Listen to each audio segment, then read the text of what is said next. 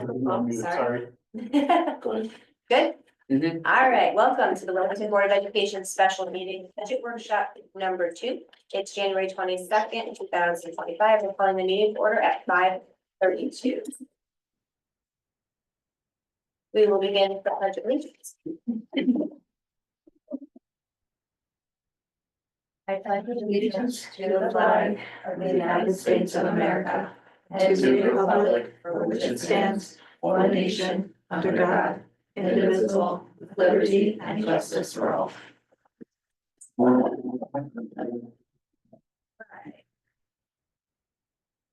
Thank you for joining us for our second of 3 series of workshops.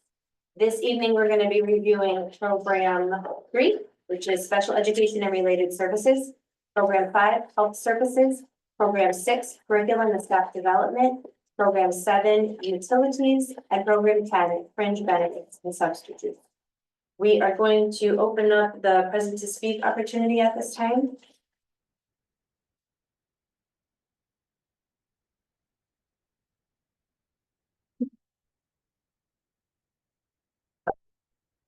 Thank you. And now agenda item 4 is reviewing what we've already spoken about, which was programs 1, 2, and 4. Yeah, let me start real quick. Yeah. Yep, so you have a couple new inserts at your seats that we did, the question about the percentages. The percentages were right. We found some numbers that we didn't match up that went from Excel to Google Sheets. So we confirmed them. So the increased percentage on the first, page 7 that you see in your document, is correct. The increased number was correct. It was the total number that was not. So that anything in green that you see, we have updated. And so there were some things from 24-25 that we updated, mainly, and that was what changed some of the percentages of when you were trying to calculate it. And then I wrote 422 on program 8, and it was 442. That was my mistake. And then we had updated on page 23 as well, some stuff that was from prior years. So you can insert those into your packets. Those are the changes. We didn't obviously make any cuts or anything at this point in time, but just wanted to make sure you had the updated numbers.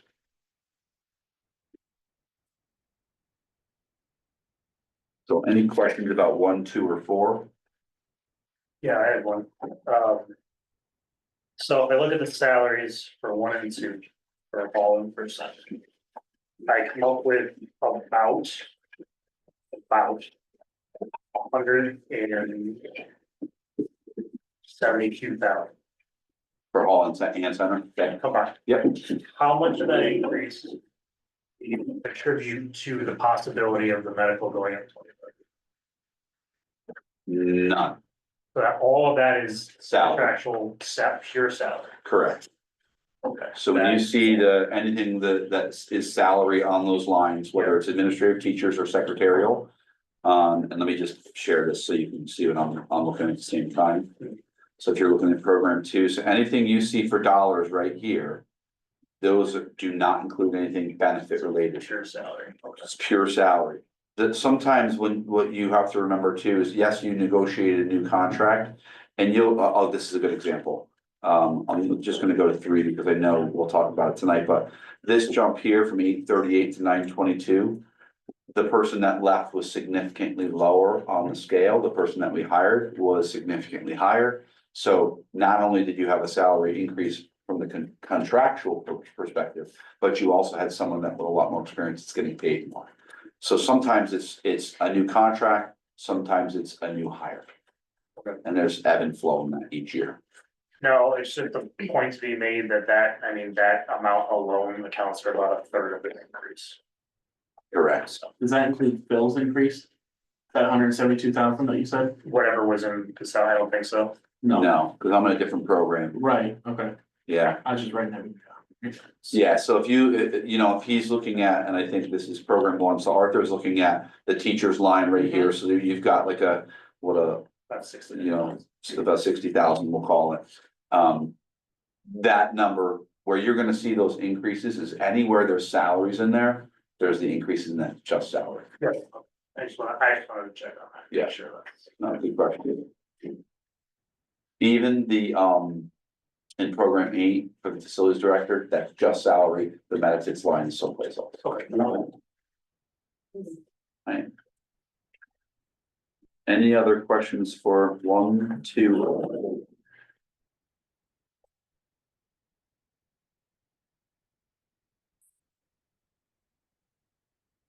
Looks like we're ready to proceed. Right, on to program 3 we go.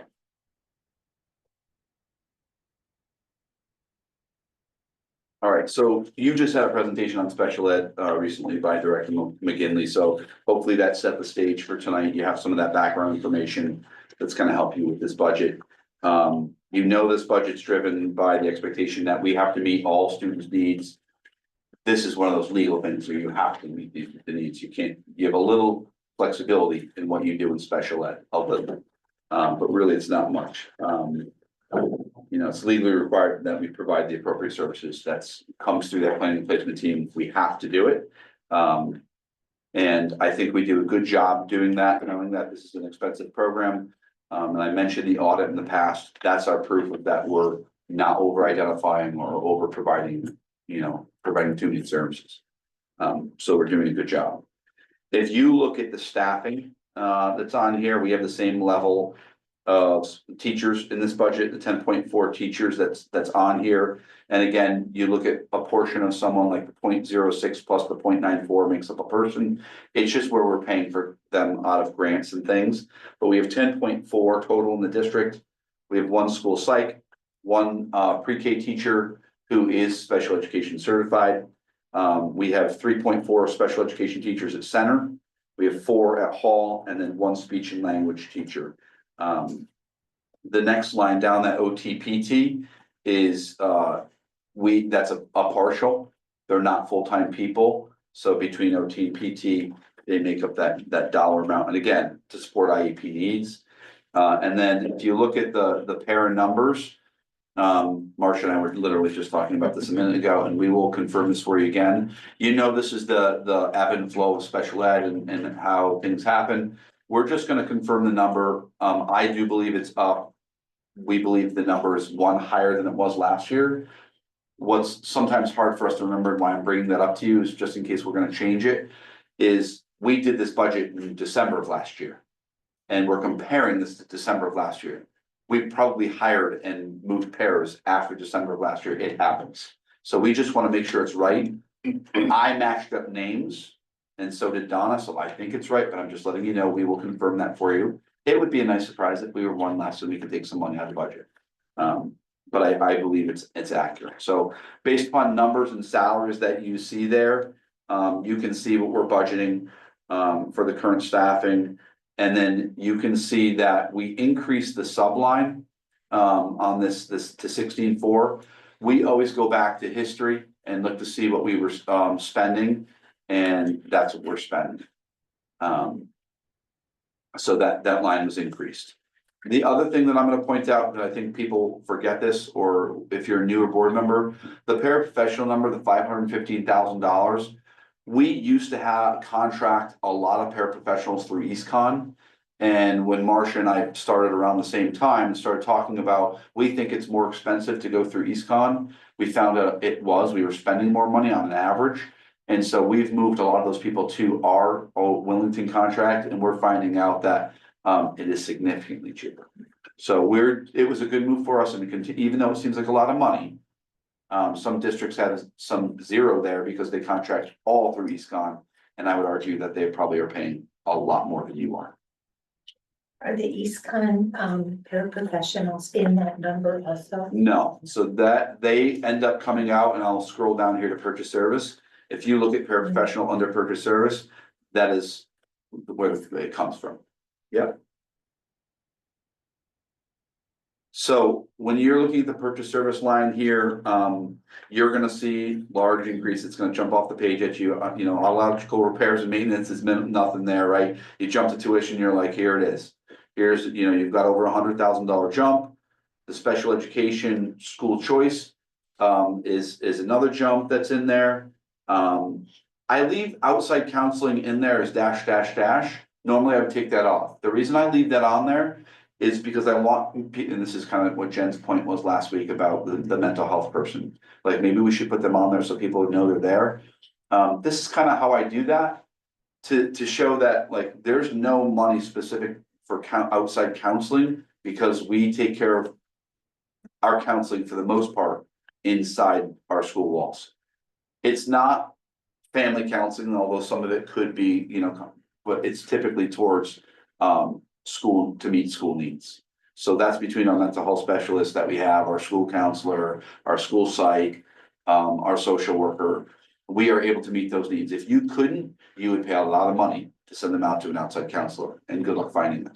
And school-based health clinic has helped a lot too. That's right, there's another one. So that's why I have the dash in there.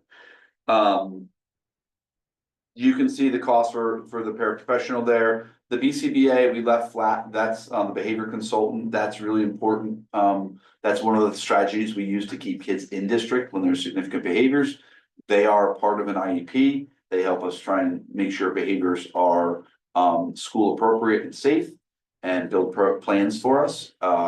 If you were gonna hire your own, I would say shortage area, that would probably be a shortage area, and you'd probably pay 6 figures for it.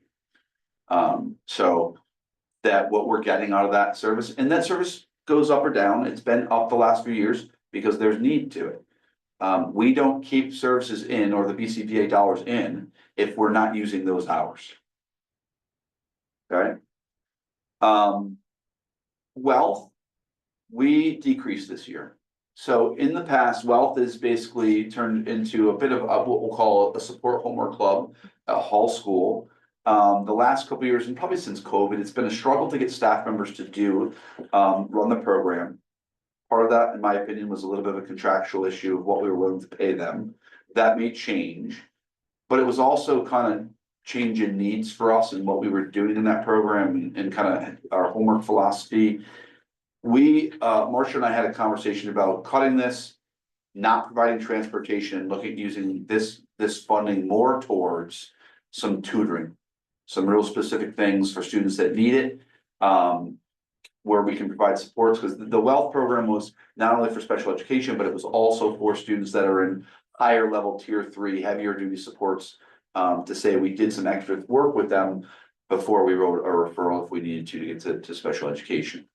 We're looking at really targeting services more than wealth would have targeted in the past.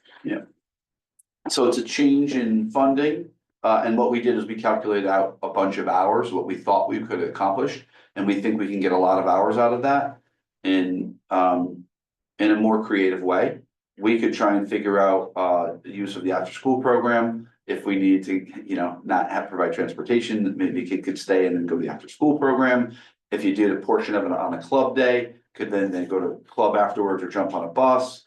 Just, we're not leaving kids out of clubs. That was something that we were talking about too, but trying to find a creative way to get the needs there. That program has been consistent for many years, and to be honest with you, I'm not sure we have the data to show that there's been significant growth in it. Which is why we also reflect and go, hey, maybe we need to change what we're doing. Let's try a different thing. Did you say at some point that was something being used for students who had attendance issues? I'm maybe a little bit, but it was not the primary. Yeah, now those services are still targeted, so it's a little bit separated out of wealth. So wealth was an avenue that students could stay after, but that avenue is still available, whether wealth is there or not. Okay. We also started wealth many, many years ago. And it is an acronym. Don't ask me what it is, because we did pre-me. Willington It is pre-me. Yeah, we always do. Willington Yeah. Education 1. Learning. They were actually doing like CMT prep and SBAC prep. That was one of the things they were using that for. I don't think it helped in the grand scheme of things. There was no data to support what it was making changes. So you can see that summer program, summer school program, that's based upon need, what we spent this year. So we upped that to $28,000. We upped the evaluations a little bit to 13. Transportation is tied to in-district and out-of-district placements, and that's got a big jump in it. Some of that money comes back to us in excess cost, but not all of it, obviously. And then Horizons is on the end, and that's relatively flat. And Horizons, Marcia, is another summer type program. No, it's more consultation services for teams who are working with students to do future planning work. So students who really need very structured programming and probably will have services till they're 21. Oh, is that Steve? Yeah, Steve Okay. Schneidermeyer. The supplies, we increased, had an increase there. One of the things that we have to buy some new testing materials. I'm not sure if that's in her supply line there or not, but I know that's part of something we have to purchase some new testing. The other, for the most part, is contractual for Marcia's contracts. The copier maintenance has a big jump in it. Again, that was one of the copiers that was just getting minor service. It was old and had been through the beater. And now they have with the new contract, we replaced their copier, so there's a jump there. And then they also have the telephone there. So the last line I always leave in there, again, dash, equipment for CES and HMS is intentional. And it's intentional because our OT and PT work in several towns. And one thing I think that's important is that they share gear. Like there's days where you'll see Sue Moriarty pulling up her SUV and unloading things and swapping things out based upon need for whatever town needs the stuff. Because that gear is very expensive. And so we make those things, that sharing of materials goes a long way. So that's why I leave it in there just as a reminder each year to do that. Obviously, this program has a lot of money in offsets, over $600,000. Part of that is excess cost. And I hey Sam, I want to just go down, it's page 31 in your document. I just want to jump a minute because I think this is important for people to understand. The example that we put in this year for excess costs. Why per pupil matters and where it hurts Willington and small school districts. You can see for 23-24, our per pupil is $24,000. So you multiply that times 4.5 to figure out what our cost is before we are eligible for excess cost. So we have to spend $109,000 before we can get any money for excess cost for any student who's receiving special education services that has a price tag over that amount. Now, Ellington has a per pupil of like 18,000. They spend $30,000 less than you do before they start getting excess cost. And our argument to our state reps and to the state is that that's not right. It's not fair. There's a lot of reasons where it's not that just they're doing something amazing in Ellington. It's just that it might be the number of students. You add numbers. Small school districts get hurt drastically with this number. There are some districts in the state with I think the highest we saw was $48,000. So think about an outplacement where you have to do 4.5 times $48,000. You're not going to get any excess cost. You're going to get zero. And that might be a town that really needs it because they're really small. So I give this example here to make sure people know. And so with that student cost there, that you can figure out that 109. So if the 210 is what I'm saying could be a cost. Minus we spend the 109, that means there's 100,209 eligible for reimbursement. Multiply that times 70%, which is what the state has been giving us. That's $70,000. Our district cost is then 30. That 70% is a fluctuating number, though. I think the last 2 years we got 70%. Before then, they were at 75%, I believe. We never know what the percentage is gonna be. We are anticipating to maybe get a little less this year, and I think we may see that because that percentage changed, but we haven't heard yet. So that's also kind of a guess when we're figuring excess cost for the upcoming year. Yeah, so it's helpful, obviously, without excess costs, this is very, very painful. For a student that costs us $210,000 to meet their needs, where you're paying $139,000, that's a lot of money. And for districts that are getting, significantly more money earlier. I just have a wicked problem with that. I just don't think it's right. It's a broken system. They're trying to fix it. They just came out with a report. They're trying to, implement some new changes. And, look at the town's ability to pay, what their premium reduce looks like. There's a lot of different things. Maybe it's just level for everybody. But I think it's important for people to understand how that works and how much money you pay before you even get a dollar back.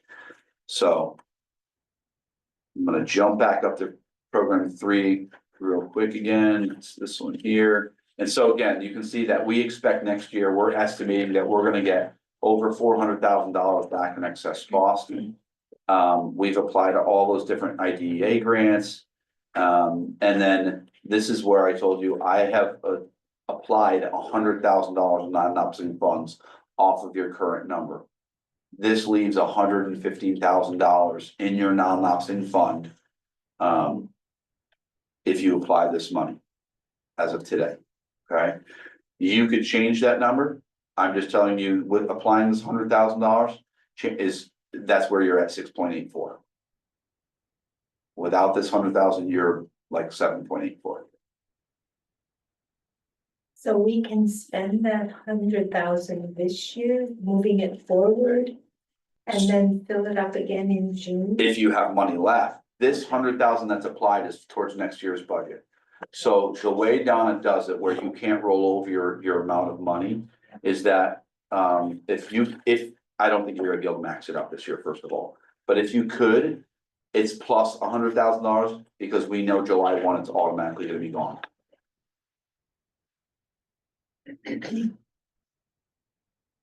Any questions about special education comments?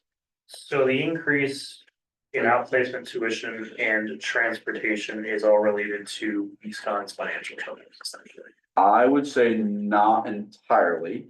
It is definitely a portion of it. I would say, I don't know that we have any outplacement that did not have an increase. Right. Every single one had an increase. And the Eastcon thing obviously exacerbates that. It makes it worse, right? But you're talking, and a $300,000 increase in after all the grants are applied, you can say 200,000 of that is outplacement between transportation and So then, tuition. why did the transportation specifically go up 120 grand? So a lot of it has to do also with ride sharing. As much as we can ride share, we do. I contact a lot of different local towns to see who's going where. So sometimes you have a difference because we're not being able to ride share. Sometimes you have a difference because we had to change transportation company because one company could no longer support the ride. So there's a lot of variabilities, Sometimes there's a paraprofessional on the, which is Right. part of that cost. right? I mean, it skyrockets really fast. Yeah.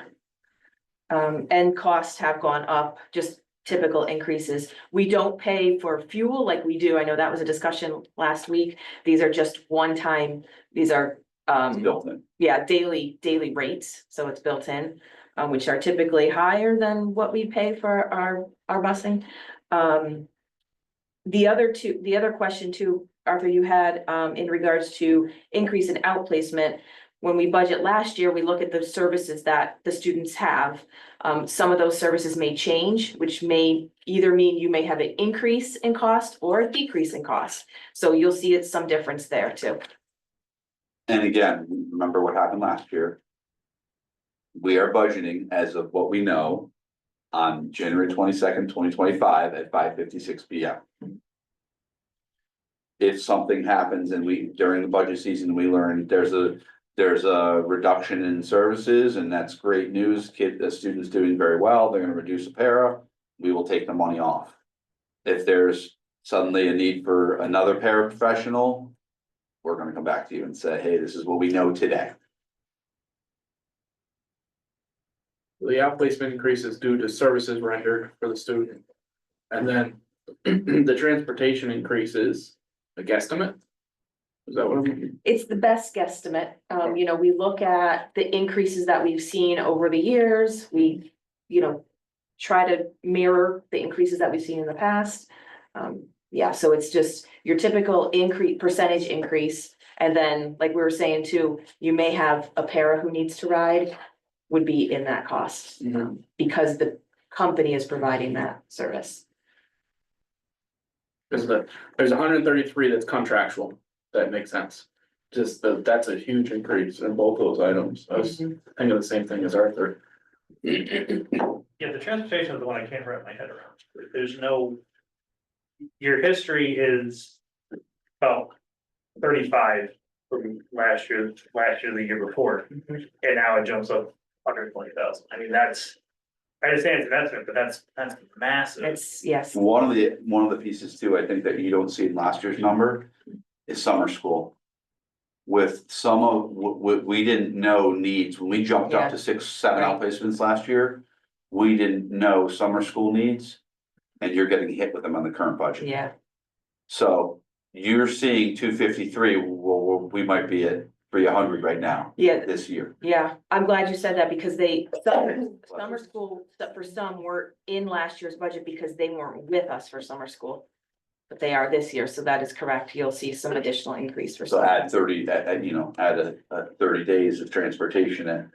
Well, yeah, but why would the summer school? Because this budget takes effect July 1 when it gets passed, right? So why would the summer school for the upcoming year be reflected in last year's number? See what I'm saying? So you're saying 253, but it really should be about 300, but I don't understand that because There's a shortfall. what do you mean, there's a short? So, and I'm giving this as an example, but we track the special ed budget intentionally, right? So we have $250,000 this year, $253,886 in transportation.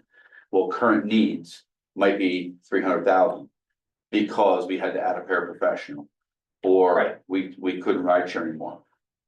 We still have to provide that even though we only have 250, so we No, no, have a shortfall. I get that, but that's not related to summer school. Because the only reason we Correct. relate to summer school is if we had those students for the past summer. Because we would have had to pass this by July, Yeah, which we did. And then they'd have to be here for that last summer and not be anticipated to be in for summer school, which I would have thought you would have anticipated. Coming into this last budget. no, I don't think we knew any had summer school Yeah. because we didn't think summer school was part of it. They came, we had some new students entering last year, pretty much when we were doing the budget. Sounds like March. Yeah, Yeah. March. Yeah. Now. This, sorry, That would have been. summer school would have been, 24, 25. yeah, right, would have been the previous, yeah. Yeah, so I understand like this may incorporate that going forward, Yeah, but we wouldn't have affected anything. Last year, because it would have been like summer school for this past summer wouldn't. If it happened, yeah. which you're saying it didn't happen, like nobody, you didn't have anybody for summer school this past summer. It did happen, Okay, yes. But- That's what I'm saying, the 250, we did not budget for it though, because we did not Right. know. but how did you not know before? The budget passed, that's my question, I guess. That's when we get program, when someone comes in or they're new to us and we get IEPs, we go off of everything we have in that document. I think, and I don't wanna get into too many specifics here, because we're talking about students. But I believe in of the 7, there were 2 that we did not have information about for summer school Yeah. because it wasn't in their plans. And then we got summer school bills and information about it after the fact. Okay, Well, we were also, didn't have time of budget last year, we didn't have plans yet.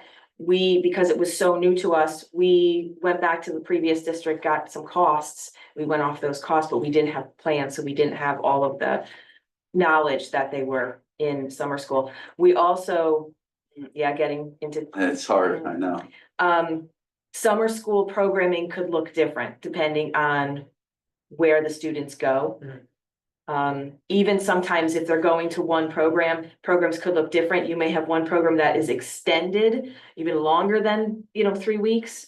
So depending on what program that student is in, the cost maybe more, No, I'm not worried about the details. I was just trying to figure out the timing of everything. yeah. Because we had gotten all the outplacements in basically at the last minute, Mhm. and it was a late budget pass on top of it. Yeah. So that's why I'm trying to figure out when It came you in received very the late. info that they needed to be in Somersville. And it also could be a late PPT meeting that changes something. Right, The big thing for us, like we budget for. It's easy for us to budget for our summer school program because we know it's 3 weeks, we know the average teacher cost, we know the number of kids we can bring in. Some of the, and we know how many days it's gonna be. I mean, there are certain kids, I mean, Marcia, that go all summer long, Mhm. fair to say, right? Yeah. I Mhm. mean, I think of the 7 students that we had last year.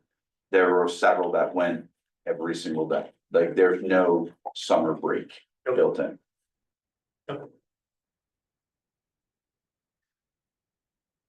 I have a question. Yeah, What kind of vehicles does the special education transportation use? so it depends on need. We have some that have lifts that are smaller buses. We have some that are like 15-passenger vans. We basically contact, and I say we, it's really Marcia. They're contacting depending on need. So, I think it's fair to say like, They're pretty much typically vans, Yeah. smaller vans. They're not going on larger buses. They're not going on, you know, even the small buses. It's typically vans. Like you'll see the white vans with the school. It's but sometimes like someone will say, look, I know we have a contract with M&J, and they'll say, well, I don't have another bus with a lift on it, and that's what you need. So we'll go to EastCon, and then if they don't have one, Marcia's, starting who do we call now? Trying to come up with another solution. I've called many companies just to price things out. The trouble is being out here, there's not that many options, and the farther you get out with transportation companies, the more it's gonna cost because the mileage is more. So you kind of have to stay local, which really doesn't give us a lot of opportunity. Thank you. one last, I'm sorry. Okay, I was just gonna say John can add that to his list of Who he's gonna be van driving? requirements. Yeah, I was thinking the Yeah. same He's thing. all about the vans, It's our own company. Yeah. I remember arguing last year for a chunk of money to throw essentially at hours is what we ended up settling on. About what? It was like $30,000 just for hours for special education hours. That's the point for, yeah. That's the point. I was gonna say, I couldn't remember if that got It's in- cut or if that's. No, it's in there. Okay. It's in there. It's 0.4. Okay. I would say every single hour of that position is used. Okay. Yeah, very valuable. I was curious where it was, if it was still there. Okay. Yeah, it's still there. 5? Program 5, you good? And I can't, I cannot ask, I'm sorry if this is dumb, I'm evaluations for 13,000, I'm just wondering what that is. So That is for neuropsychological, psychiatrics. $2,000 or $3,000 a pop. No, Even more like 4 or 5. John, there's your next business. Yeah. John, expensive. All right, program 5. Health services. This is pretty straightforward for this program. We have 2 nurses, one at each school. It's either contractual amount that's in there as part of they're in the WESS contract. We give them a little bit of conference money to, stay up on things. We have to pay a medical advisor to write orders. Thankfully, our medical advisor has kept our rate consistent. The year that it was bumped to 2,100, because we really thought post-COVID it was gonna jump, it did not. And so we brought it back down. Again, we based the sub nurse line on history. It's an average over a certain number of years. We have an audiometer inspection that happens every few years. That has to happen next year. I think it's $100 per building there. The supplies, I ask them each year, are you okay on supplies? Is the number okay? They've done okay. And I think they still have some supplies from COVID funds, which is helpful. And then they're members of the Association of School Nurses. So for the most part, pretty straightforward program. They're integral to a school day. They do a lot. And you need 2 when you have 2 buildings. Do we pay for their licenses? No, we do not.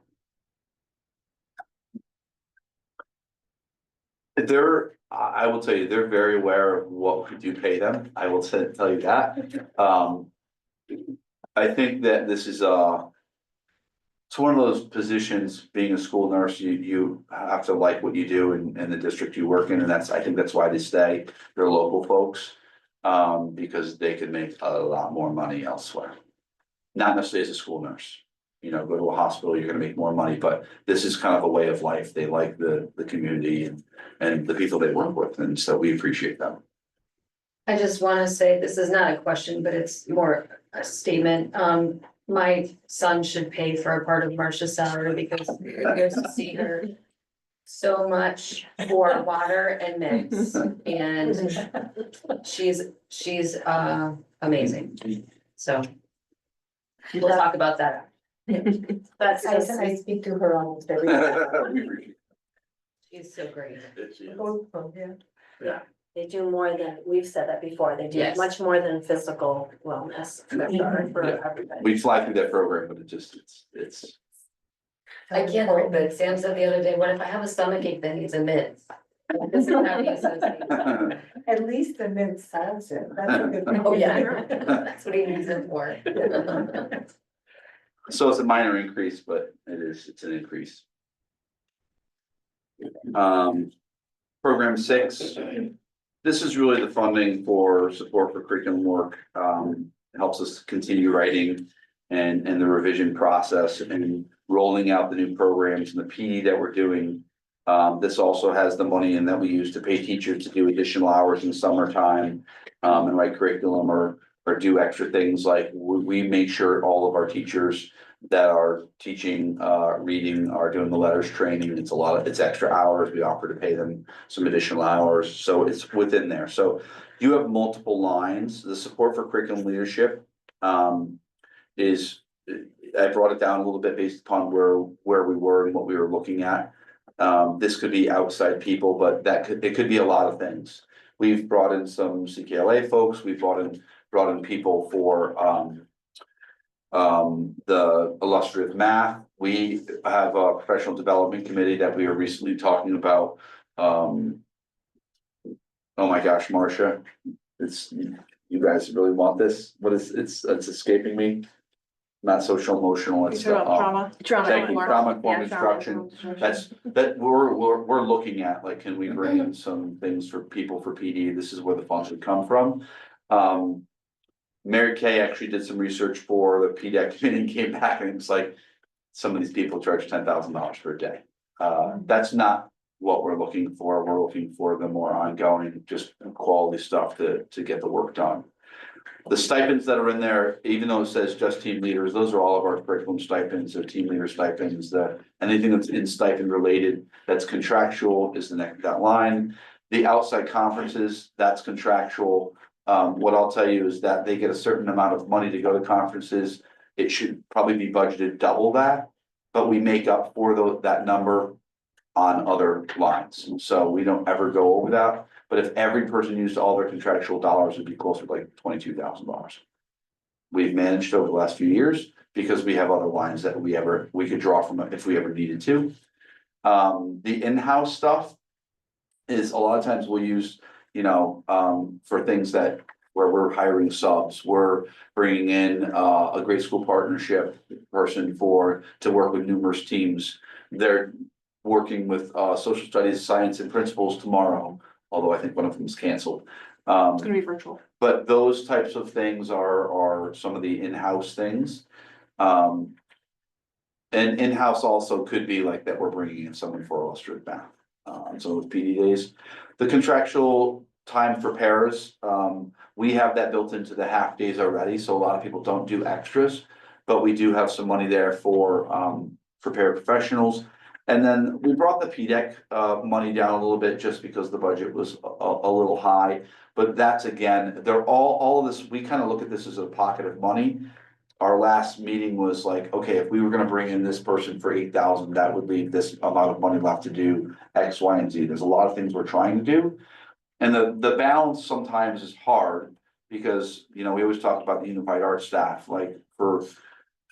They're not doing CKLA, they're not doing the new social studies standards, they're in their own little world and they're individual.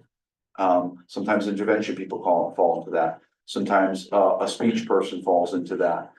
Sometimes counselors fall into that, so we have little pockets of money where we're trying to help make sure every person is growing. These are the professional development dollars that help do that. And then there's minor money in for workshop materials, a lot of times it's not all used, so I dropped it down. Again, slight increase, but in the grand scheme of things, it's you're looking at $1,000 in the increase. A very important program that I'm actually proud to say, and I think it started with COVID funds. We have done some tremendous professional development over the last 5 years and not skimping, bringing in high quality people, even though sometimes presenters stink. You're getting good information and we're not relying entirely on someone on our staff to become the expert of everything and share that information. That's important because that people burn out from that. Questions about 6? All right. 7. This is one of the most frustrating programs I have. This program has a 9% increase. Despite what is our normal driver of heating fuel, we are lower in heating fuel. Water decreased slightly. And we budget again based upon average use. But you look at the electricity there. That's just unbelievable. The amount we're paying for each kilowatt jumped. And that's what's killing us. So when it went from 8.29 to 11.24, it's in there. It's a lot of money. I'm sorry. No, you're good. I just was wondering if that aligns with the whole Eversource kind of increasing everybody's, it's the same diff. It is. It's aligned with it. It's not that we're using more electricity, it's just our average use. Now, as a school district, are we allowed to sign up for suppliers? I don't know that answer. Because it's substantially cheaper. Like $1.50. Yeah. What's $11.19 is the Eversource's current offer.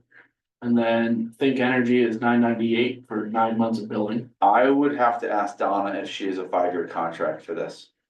Cause a lot of this stuff comes through I think it's negotiated for the district and the town. But I will find out.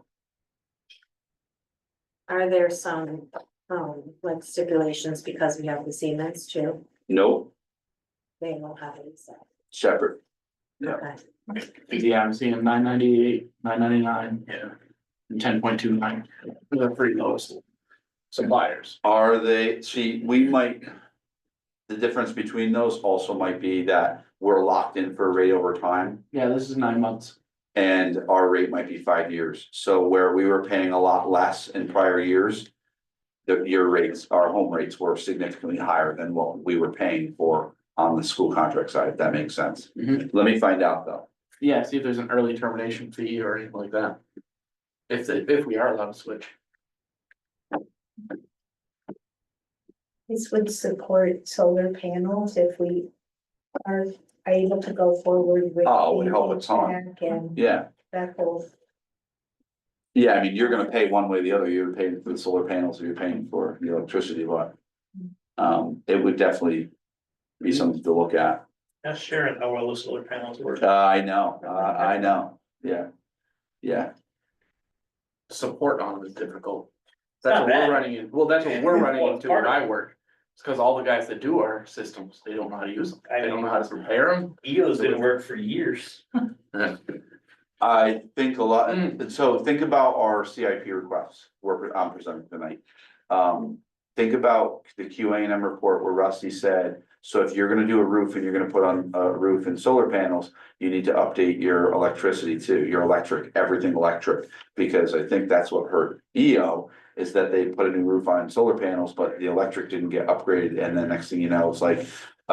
Your Commodore 64 doesn't work with your 4K There's a TV, throwback. right? It's a throwback, right? So. Very old. What's that? You're old. Yeah, I know. I'm glad you all got it. Thank you. Heating fuel went down. Oh, sorry, the energy performance contract lease payment. This is, this is the Siemens piece. This is year 12 of 17. This is what we did to, you know, door seals, auto shut offs, spray foam. I asked several years ago if we could just pay this off and get it out of the budget. I was shut down from that. You're on year 12 of 17. Shut down by who? I believe it was CIP, Okay. because I wanted to pay the balance and be done with this. Because then it comes out of your budget. If you didn't have anything else going on, I think it'd be great to do.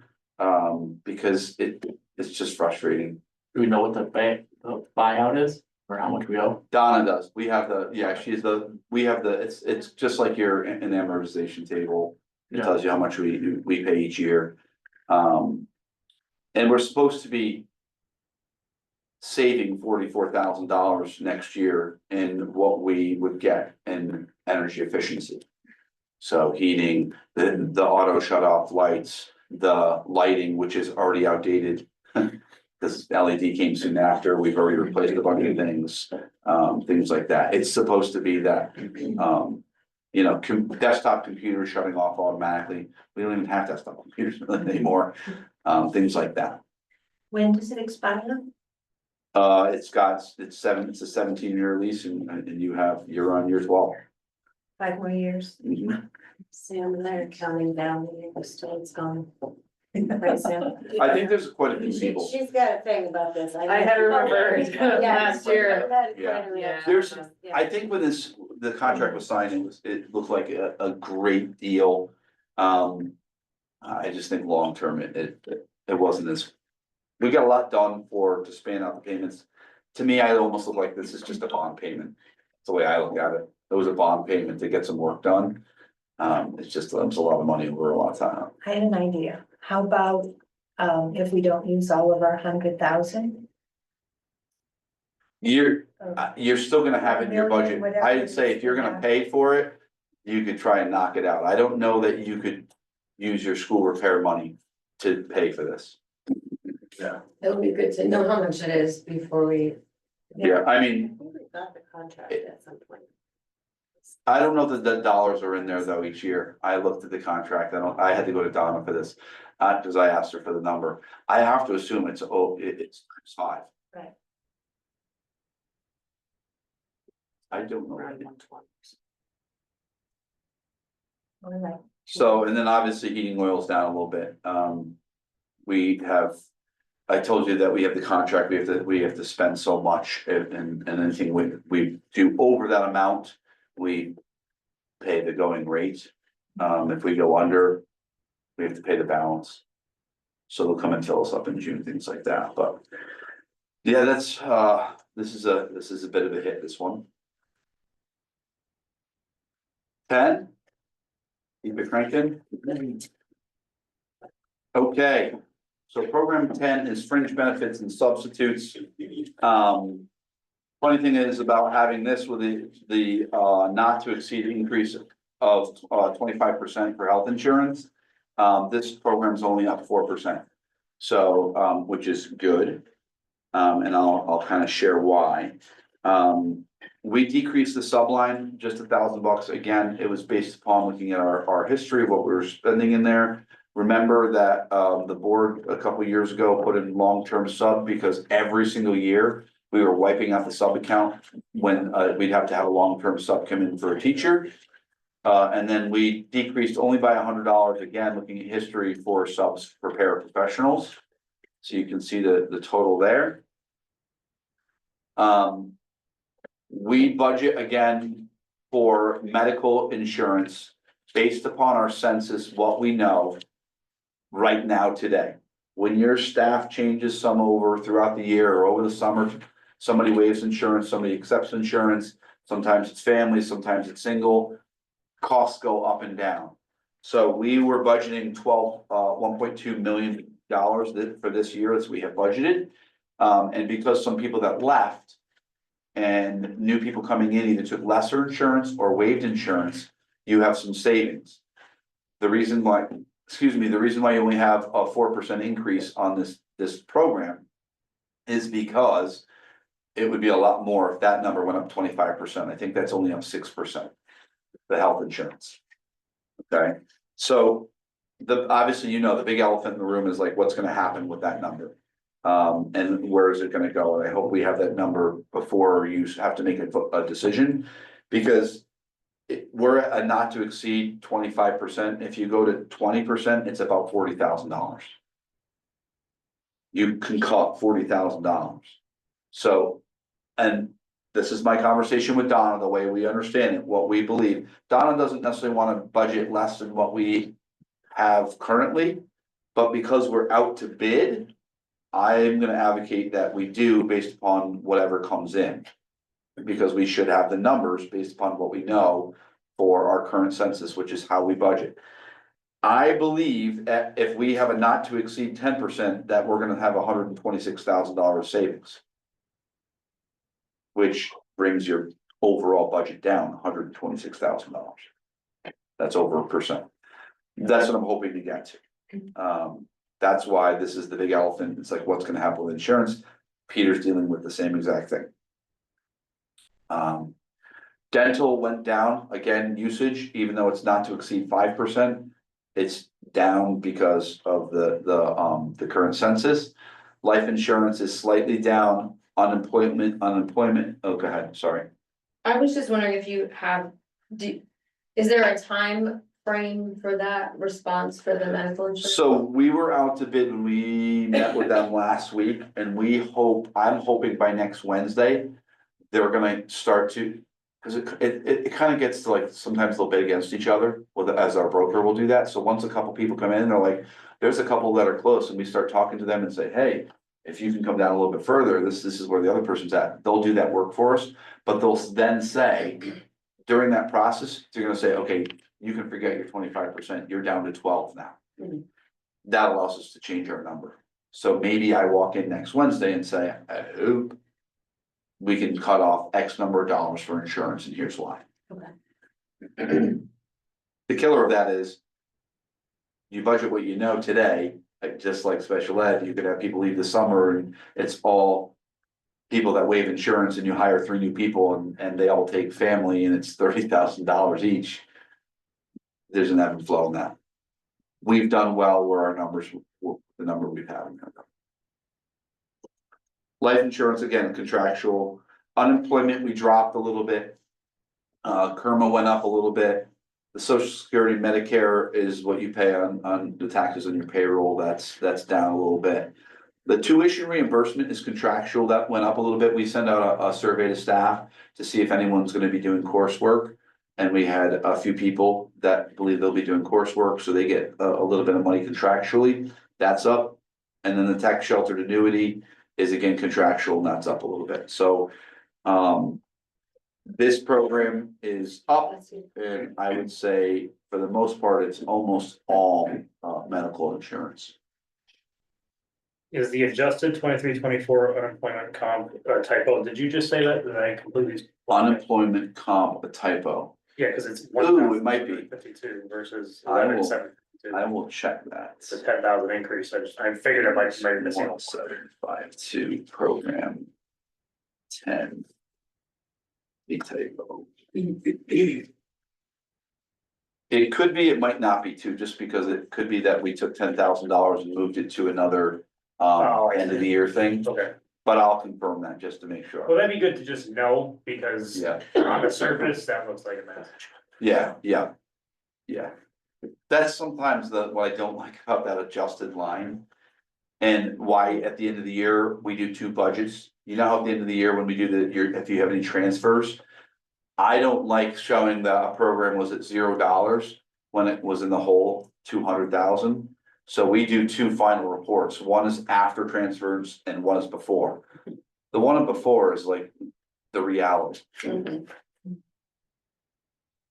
Questions about program 10? So this is kind of a general question, not so much the budget.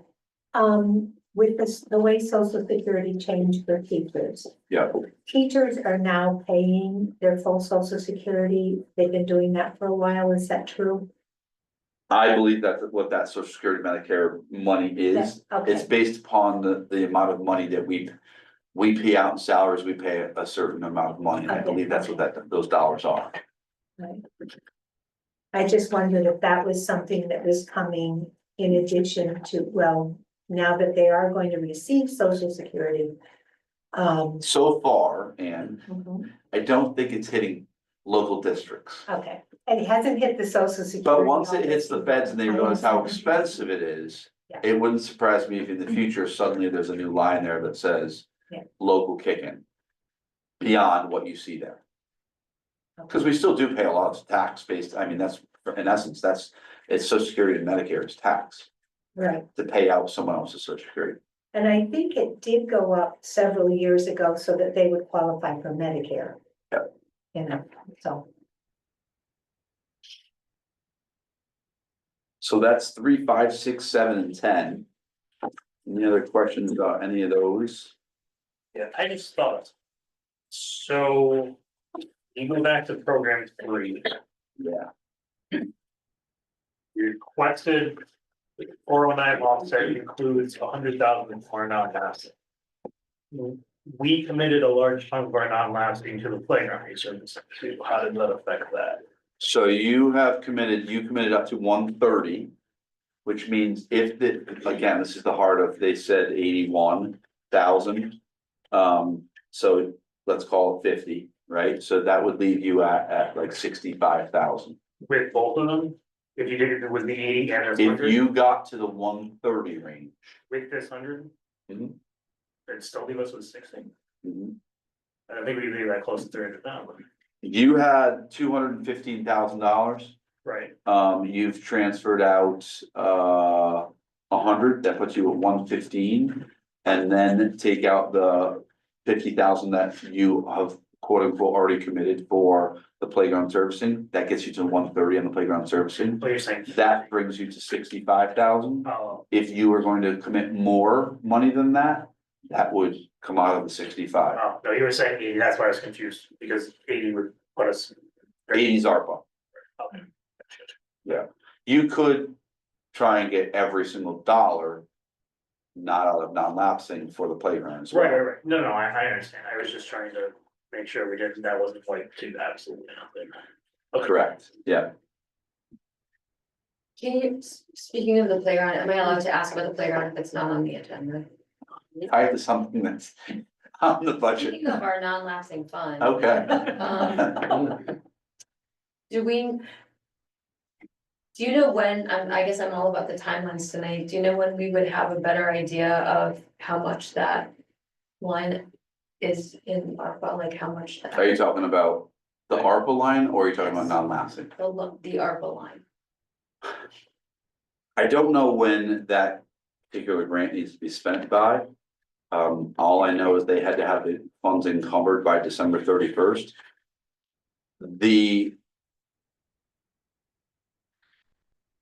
I guess what's quirky about this is the way if it's just like every other grant that we've had for COVID.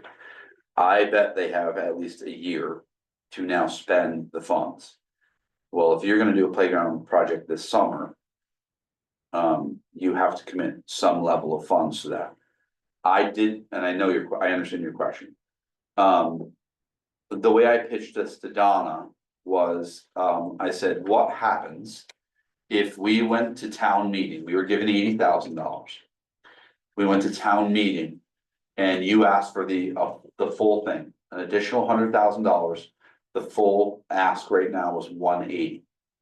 Okay, and it went through, it passed, and you did the project. And then they came back afterwards and said, hey, there was $17,000 in interest. What would happen to that money? The way I understand ARPA voted on it, it would go to the schools. I believe that 17,000 would then be put back into the money that is in the repair fund. Does that make sense? Because the $100,000 that you're spending is out of the repair fund, that 17,000 would then come back into it. That's the way I'm trying to work it, and I believe that's the way it is intended to work. We might know the interest portion earlier, but it's the interest of what we know today. If they have a year and we spend the interest in May, and there's still a lot of money in there from May to December, they're gonna accrue more interest, and the idea was to, again, apply it to the playground cost, which would then, I think, come back to, into that account. It's a little convoluted because of that. I wish everyone had their money spent already and the projects were done. It's just not, it doesn't work that way. Okay. Does that answer your question? So it is convoluted. I kind of, yes. Cause that's why it's challenging with a non-lapsing fund too, like. You wanna know if it fails, like, okay, you might not be able to do the whole thing that you want to do. Just for that reason, because you don't wanna totally decimate that account.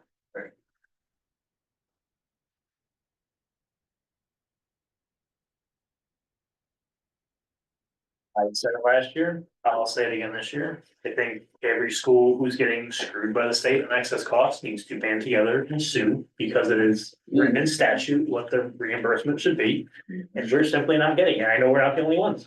I agree. Something has to be done about it. Yeah. It is. Been on every conversation. That I've had with state reps and legislators. Senators, doesn't matter who's in the room, like they've all been talking about it. The question is, how are they gonna fix it? And can they afford to fix it? Well, and even if you can't afford to fix it, then change your statute to accurately reflect the Agreed. reimbursement, so you Agreed. can do these things properly and not have to anticipate, well, maybe we'll get 70, maybe we'll get 73. You know, We're budgeting 70% because that's what people we've been getting. Right. You asked about transportation. We watch the increases each year, so sometimes we'll be like, oh, that's gonna go up 3%, it goes up 3% every year, we'll put 3% on it. This year, when Marcia and I were talking about the East Con increase for transportation. I wasn't comfortable with 3% based upon their financial situation. We were like, we started at 10 in our conversation, I think we ended up with 7. Right, so we have a 7% increase on transportation for East Con because of their, it could be less. But we can't have less than what the increase is, and I am a little worried about. They could come in at 12. So we're basing our budgeting on what we know today and. The past history of what we've seen for increases for different groups. But we also have, the outplacement for EastCon has an increase this year, so does its transportation. So this year, the transportation is a 4%. So in essence, when you're looking at next year's budget, you're really looking at almost a 10%. Because there was a 4% Already. in January. Yeah. And then the 7% for next year, so that factors into some of the transportation too.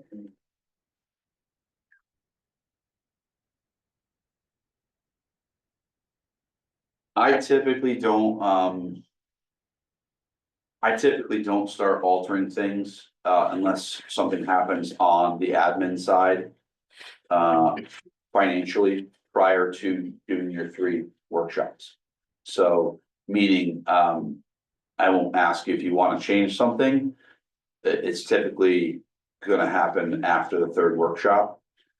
If you're already thinking, about something already though, that you want me to adjust. We probably ought to start talking about that pretty quickly next, meeting. So that we can start to, Marcia and I already have a couple things that we're keeping an eye on. Don and I have a couple things we're keeping an eye on, the health insurance is one. If we have any of those things on the admin side, I will share those right away and say, hey, we're already gonna go take off X number of dollars. But from your perspective, is if there's anything in the programs that have already been presented. That you want me to look into, electricity is a good example, I can look into that. And just get a sense. You're not gonna cut $50,000 in electricity.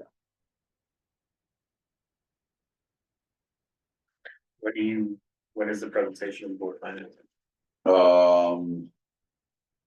It's on the document, isn't it? Sorry. Do you have that? I don't have it.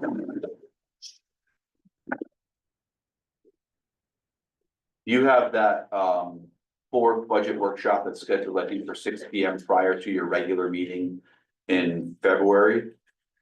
Is it February 20th something? The 2027. 27th. So you technically could not approve your budget at your regular meeting if you wanted to buy you time. Or you could approve it and then I could come back and say insurance dropped a bunch, have another special meeting and approve a new number. If you didn't have that information, you do have some time though.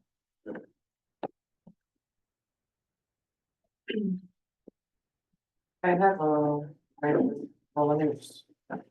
question. I don't know if it would be, let me look at something real quick.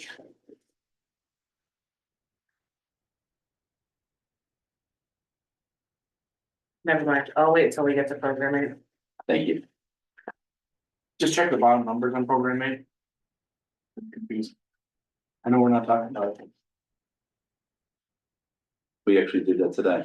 What are you asking me to look at? Well, it's a 10,000 increase in salaries and there's only $2,000 difference. Unless I'm missing something.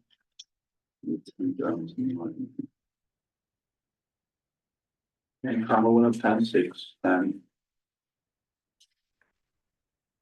Yeah.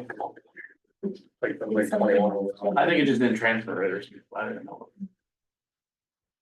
All total columns need salary columns just to make sure. And then Chroma is another 10,000 there.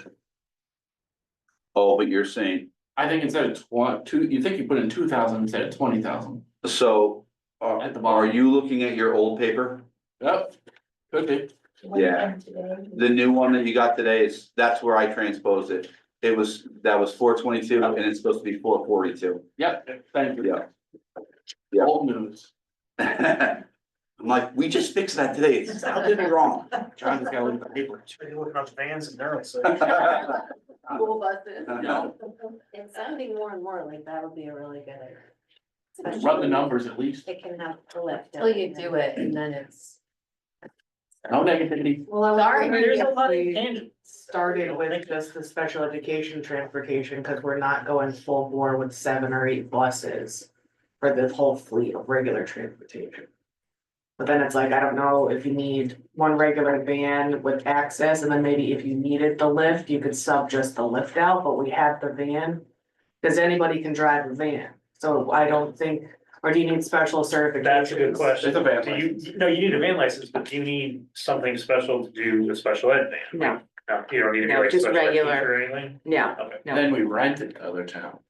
But you We're have not to using- See, get now it you're to school on trying time. Now you're. You can only look at, you can only look at special ed transportation for in-district transportation, cause if not, you have to provide a van for all the kids going to different places, which you couldn't do time-wise, so. I will put it into my superintendent group just to see if there's anybody that has started recently. Has anyone bought a van recently and started their own kind of Parish Hill has. recently? Okay, good to know. Because we talked about it also for sports. What were the reasons? Sports transportation, Were they uh, Depending on the you team can help special education. and There's music groups that don't always have enough kids that fill a bus, so. honestly, 15-passenger van. The van would cut down on fuel too, but it's not gonna be diesel. This is why I don't think it's a horrible thing to talk about. That might be something that you want to think about bringing to CIP next year, because it would come through CIP. Mm. And you don't have to buy new. It would be easy to resell if it didn't work out or whatever. Yeah. And Lisa said she drives, so. If you hear her story though. Well, that was 30 years ago. It's not on her license anymore. No. It's not on her I like MDR. the way you think. Points are back. Alright, So we don't have much, there's not many programs next time. If there's things that I didn't post the agenda yet for the last workshop. It just says discussion of prior programs. I think within that, if you're thinking about making any adjustments, that's probably where it should come from that. Do you want me to put discussion of all programs after as well. Cause you'll have seen all of the programs. What's next time? Program 8, operations maintenance, and program 9, system-wide support. So those two, what I can do is, unless you just wanna leave it off the front side and do it all after 8 and 9. So start the meeting, go through program 8, go through program 9, and then have discussion of all programs. Does that make more sense? Yeah. Okay, And that is happening on Wednesday, January 29th at 5:30. In case anybody wants to. Good. Great job, everyone. We need a motion to adjourn.